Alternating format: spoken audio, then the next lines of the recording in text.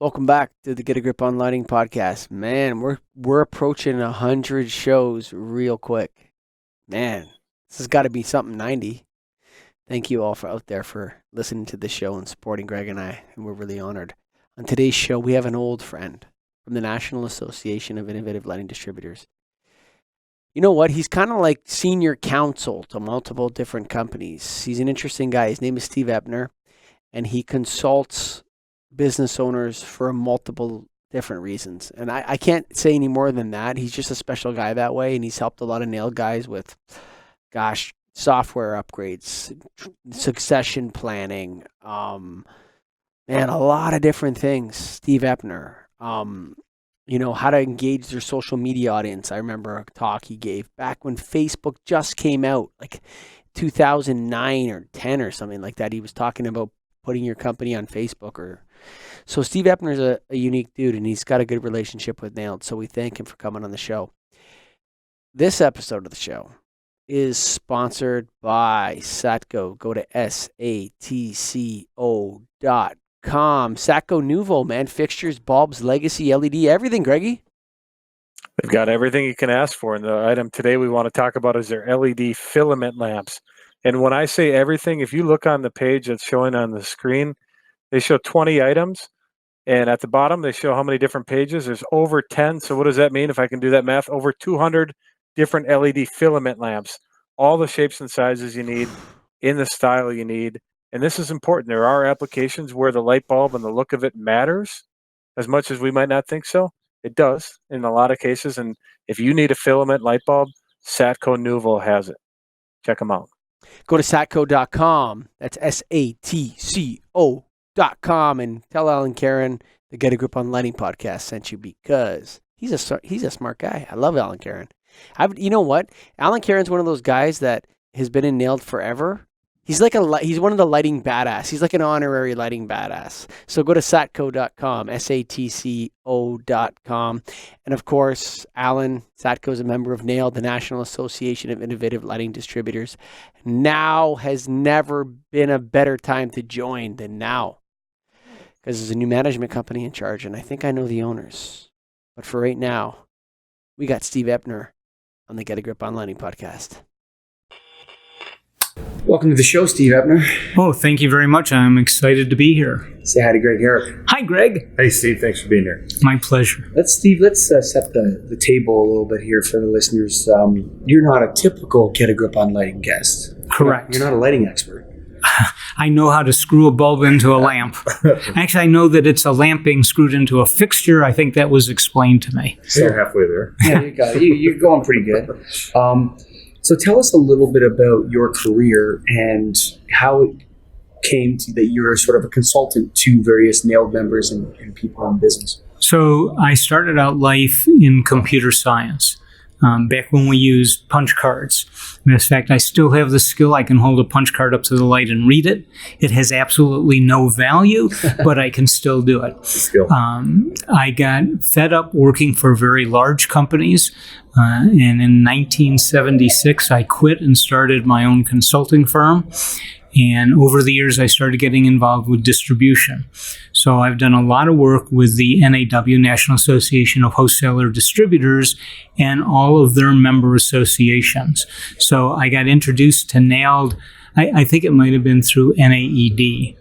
And so I've been around the distribution industry. For anybody that has looked at computer systems in the last 10 or 15 years, you might have used the distribution software guide. So I was the publisher. I obviously have sold that at my first attempt at retirement. And then I got picked up after I thought I had formally retired for good by a little company called Boeing. And Boeing made me their entrepreneur in residence and wanted me to help teach them how to be entrepreneurial and how to keep a big company thinking young. And so that was a great experience. And what I try to do when I come to conferences like Nailed is bring those experiences to the group and let them understand how they can take advantage of them. I mean, Boeing is an unusual company. My goal was to come up with 100 new ideas every month. And that's easily doable when you've got a company like that behind you. It turns out the hard part is not deciding what you can do, but what you should do. And so that was a lesson that I can teach any size company. And I can teach any size company how to think differently, how to get outside the box, as they say, how to not allow your paradigms to keep you stuck in the past. You use the word change a lot. Yes. Right? I don't like that word. I wish there was a different word. Change is like love. It has so many definitions, right? Like, it's one of those words where, is change good? Maybe progress is good. I don't know about change. Sometimes you can change and make a mistake. Well, first of all, you have to be willing to make a mistake. That is something that we have pushed on so many of our employees, that it's bad to be wrong, that they don't try. So I do agree with you. It's okay to make a mistake. It's okay to be wrong. Because if you never are wrong, that means you've never tried anything. You never learned anything either. Well, one of the old stories is about IBM, and nobody knows whether this is myth or true, but that they had a young man who was working on a project. I think it had to do with a printer, and it failed. And it was a multi-million-dollar loss. And the guy turned in his resignation. And his boss said, "What's this?" And he said, "Well, I just screwed up. I lost the company all these millions of dollars. I was responsible. I'm offering to resign." And his boss said, "Wait a minute. I just spent a couple $1,000,000 getting you educated. You're not going anywhere." Yeah, sometimes you can't unteach the mistake. Like, you could never teach the lesson the mistake taught. Right. You know Absolutely. What I mean? You can't teach that. Although I try to tell my kids all the time, like, here, learn from me, okay? Don't make this mistake, but sometimes you do need to. Yeah, sometimes you need to get burned by the stove in order to learn that heat burns you. If I can, one of the things I tell my students all the time is we learn from our mistakes. I just wish I wouldn't learn so much sometimes. When you were at, how long were you at Boeing for?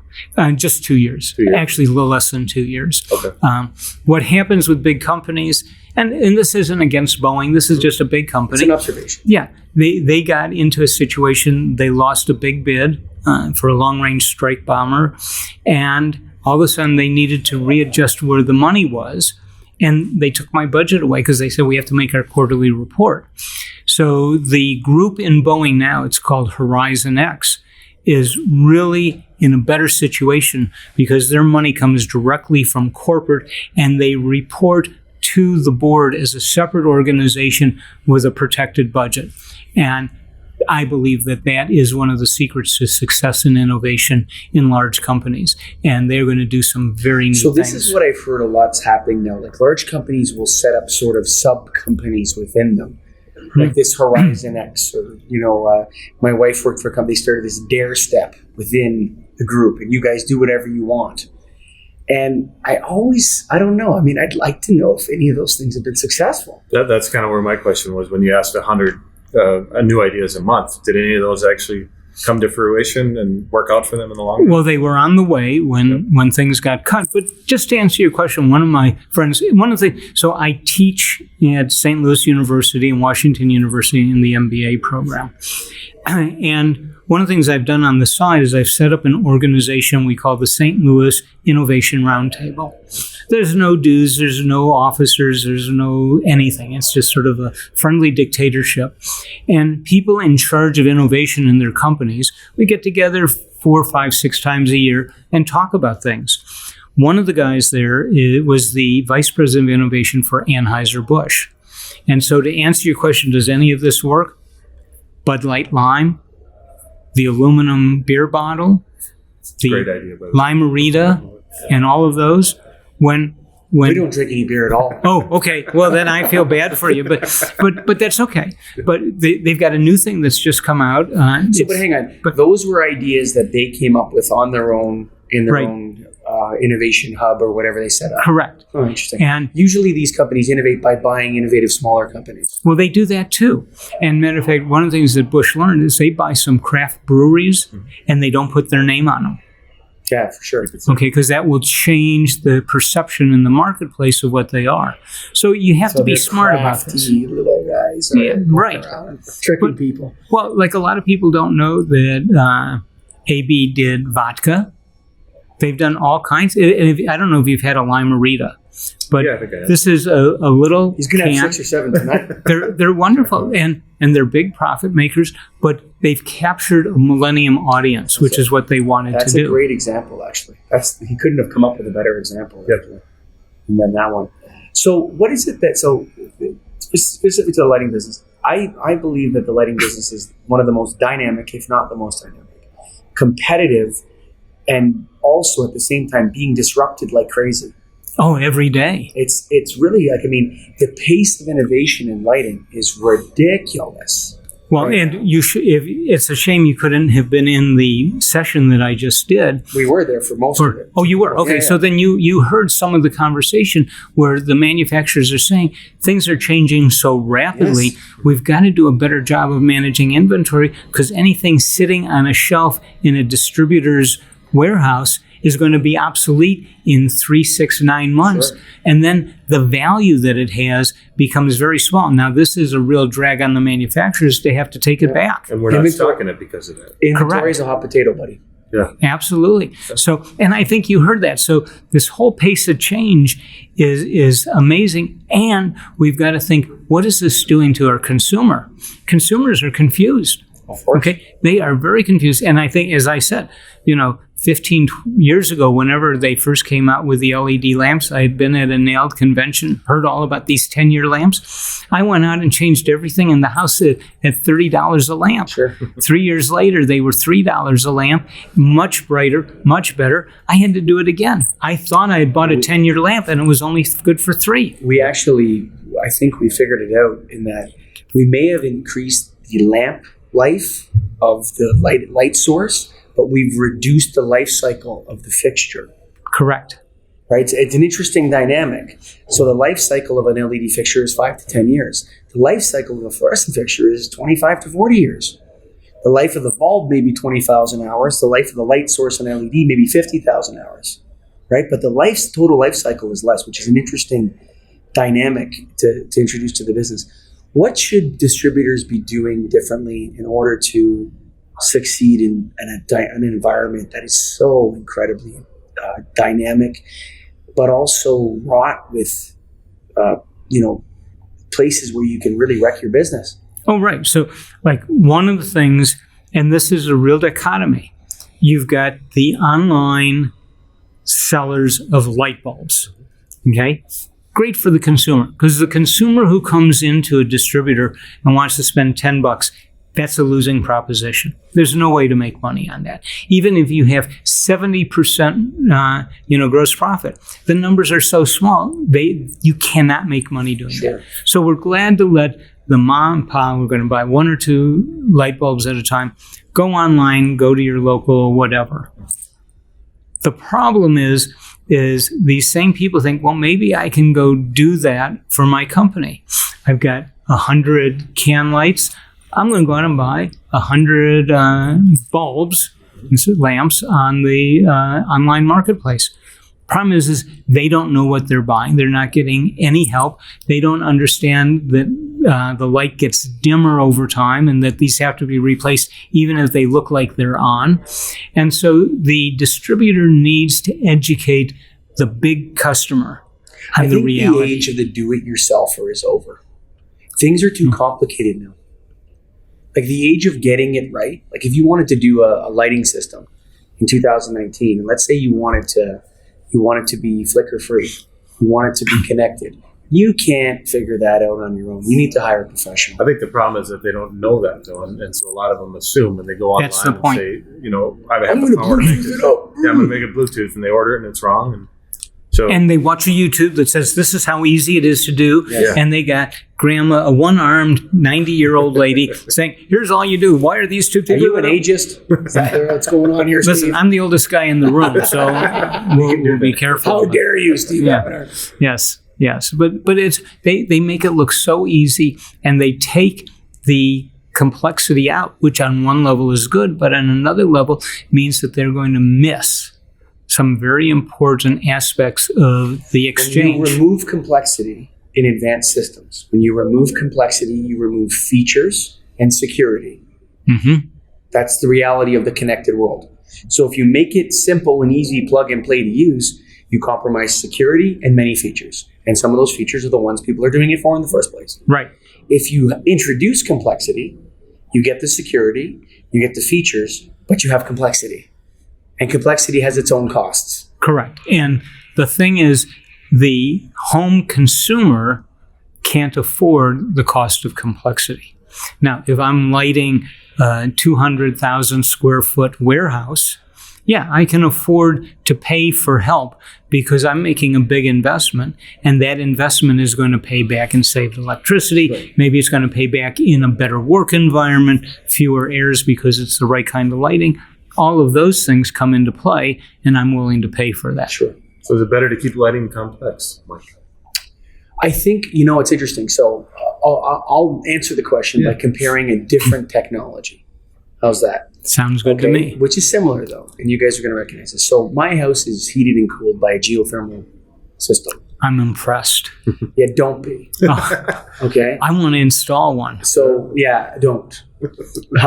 So my system is it's state-of-the-art 2005. Okay. Top dog in 2000? 2005. 2005 is state of the art. Come on, we were just talking about how the lighting is No, what I'm state of saying the is- art is only a year old. No, what I'm saying is it was state-of-the-art in 2005, but it's a refrigerant-based system, so it's very efficient. So it doesn't use water. It's not actually, it's refrigerant through the copper pipes into the ground. And so it's like 90% efficient or 98% efficient or whatever, okay? But the mechanical room of my home, which you've seen, looks like the hull of the Titanic. Okay? And there are pumps, and it's also in-floor radiant. Okay? And the system is extremely complex. So the guy that comes to fix it is an engineer. He's got a refrigeration ticket. He's an HVAC technician. He's also an electrician. So he's got 4 licenses and an engineering degree. Okay? So all of the savings now, this house, which is a very large house, when it works, it's great. When it breaks, buddy, figuring out what's wrong is a 3 to 4 week process. Wow. Okay? And in the middle of winter, that can be very cold. In Canada, you can't have geothermal only. You have to have a backup system because they break so much. So by code, you have to have a backup gas or propane. So yes, that kicks in the winter. But yeah, I mean, the complexity, I cannot find another technician that knows how to fix that system. Okay, but so at one Lighting level, is going there. right? So at one level, it's the complexity that may save the distributor. Yes. Because without that complexity, what do you need them for? Yeah, but I don't like to sell complexity to my clients. Right. Well, you filter it out and make it easy for them. As long as they come back to me. As long as they go to you. Yeah. But I see again, that. that's probably dealing with a contractor and not with a homeowner. Homeowners are wrong. Largely the nail guys won't be with homeowners. Right. And I'm saying they shouldn't be. So what other types of distribution businesses have you dealt with other than lighting? Oh, so through the NAW, I've done tools and fasteners, I've done bearing, I've done bicycle parts, I've done truck parts, I've done wholesale florists, which, by the way, is very interesting. I bet it is. Because they have such a short shelf life for live flowers. Yes, sure. And moving them from Colombia to Miami, distributing them across the country, it's just a dance. It's absolutely amazing. So I have probably worked with close to 50 of the NAW associations. So again, bearings, bicycles, tools, fasteners, you name it, I've probably done it. What do distribution companies have as similarities across the board? One of the big issues I see today is there's a changing of generations, and it's not always smooth. There's an older generation that feels like, hey, we finally got to retirement age. We don't want to risk anything.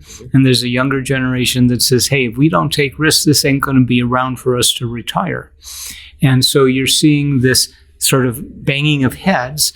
I even wrote an article at one point. It was called Over My Dead Body, which was all about the discussion between the children and the parents. So I think one of the big things, especially for the family-owned business, is mom and pa taking a step back. If the children are capable of managing the business. Now, you got to understand, there's an old saying about rags to riches to rags in 3 generations, because sometimes the third, fourth, fifth generation that are raised in luxury don't have the same capability that Grandpa had because they don't have the desire, they don't have the fire to keep it going. Up the stairs in wooden shoes and down in beautiful soft slippers. Absolutely. Absolutely. And so I think that's something I see as a common thread through all the distribution industries where they are loaded with family-owned businesses. And some of them are doing better at the exchange. Some of the most successful ones are the ones that are being started by young people today. And they are just beating the living daylights out of some of the old ones because they're not afraid to change. They have no history. So they're going right away with both an online and an in-person sales part. They're going with showrooming. They're not afraid to try some of these new things that some of the older people are terrified of. Are you seeing a lot of consolidation across different distribution businesses? There has been. I mean, it runs in cycles. Mm-hmm. So there was a lot of consolidation in the late 90s to the point where people were talking about distribution will disappear. And then as soon as the non-competes were up for the family, a bunch of little guys started getting started and they started running circles around the big consolidated companies. And there's money out there to be made, but you have to be smart about it. If you were to start a distribution business today, what would it be? Oh, there's so many exciting things. I really like lighting. I think... You're crazy. Yeah. Well, but you know what? I'll give you for example. I was talking to this one guy. They've come up with a new lighting grid. And I'm not in the industry, so please bear with me as I try to tell you about something I can't tell you about. And it's used for growing plants in indoor farming warehouses. Okay, so one of the big things right now is farming in a warehouse inside using bioponics. Horticulture. Right. And you have to have the proper lighting at different levels, at different stages. Indoor horticulture is largely about cannabis right now. That's right. But we are seeing, for example, in St. Louis right now, we have experiments going on to take abandoned buildings in, let's say, poor socioeconomic areas and growing food plants in them and providing the food back to the neighborhood who works in the farm. And it's an amazing test. If it works, I think you're going to see that grow. And the other thing, if you look, we are destroying our farmland all over. I mean, some of the practices we have right now destroy the soil. And so we're going to have to find new ways to grow food crops if we're going to continue to feed ourselves in the world. So I think you're going to see a change there. There's an organization in St. Louis, the John Danforth Plant Science Center. It's a 501c3. I happen to be a donor and a docent and a volunteer because I think what they're doing is amazing. But they are experimenting with different kinds of methods to grow plants in different environments to increase the food stock that we can get anywhere in the world. Now you touched on it as a distributor, some things that newer companies are doing and maybe just anything else you can think of. But you're saying you need an online presence. Yes. That's important. You have to have that. You're invisible otherwise to the current and new generation of buyers. Mm-hmm. And you need to have e-commerce capability, not just a website. Right, but let's talk about it carefully because you need e-commerce capability to do the transactions, but don't allow that to remove the relationship building. So if you put in e-commerce to handle the transactions and expect everybody to come to your site just to do transactions, they don't need you. They can go direct to the manufacturer.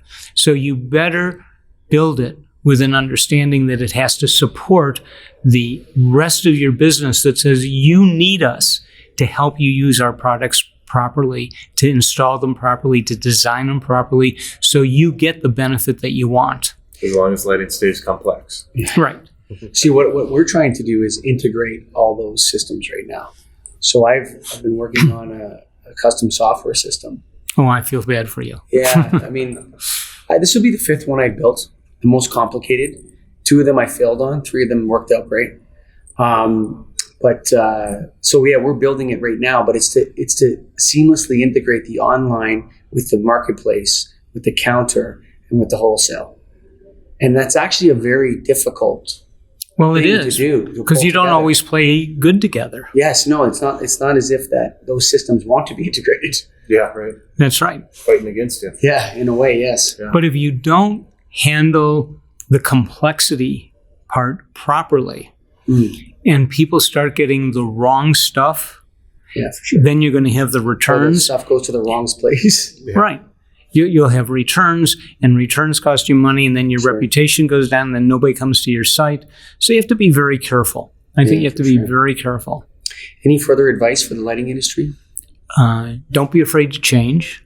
Okay. Don't be afraid to embrace new ideas. I mean, we heard about new ideas in here, like not needing a driver because it's already taken care of in the product. We learned or heard about not relying on ballast and drivers as your whole business because that's going away.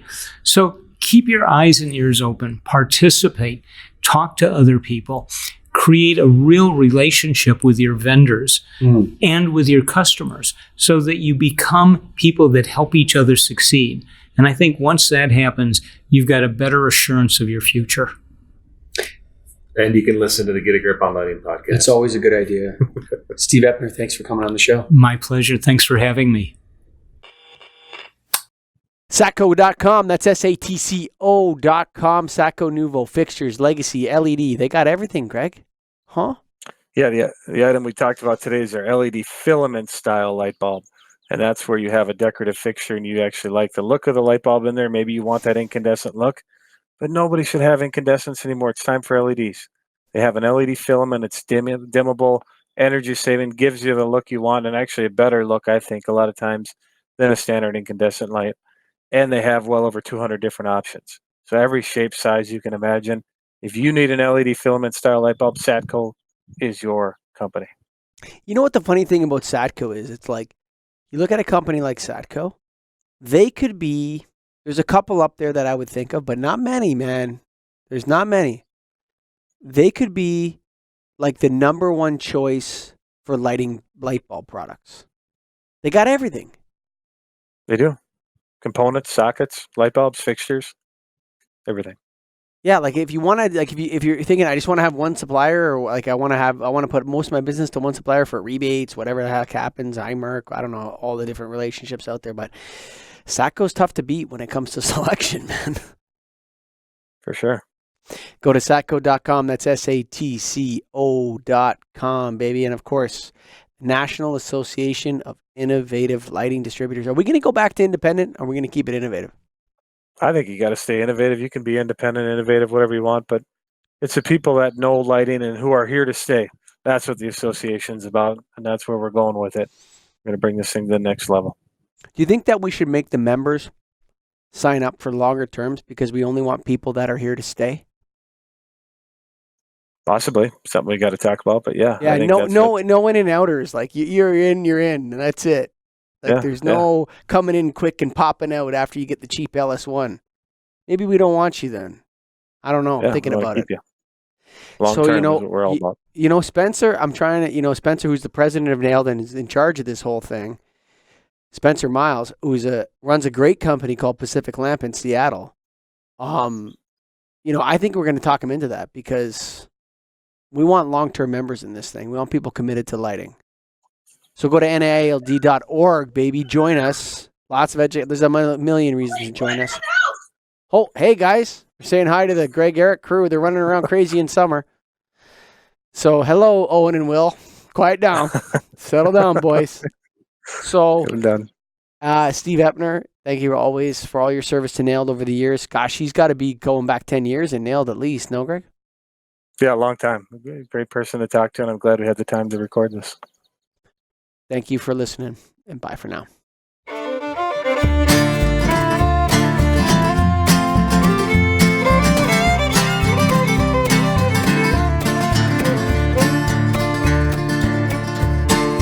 Written on the rectory wall, there's a sign there for all. If you are lost, the Lord is there to find you.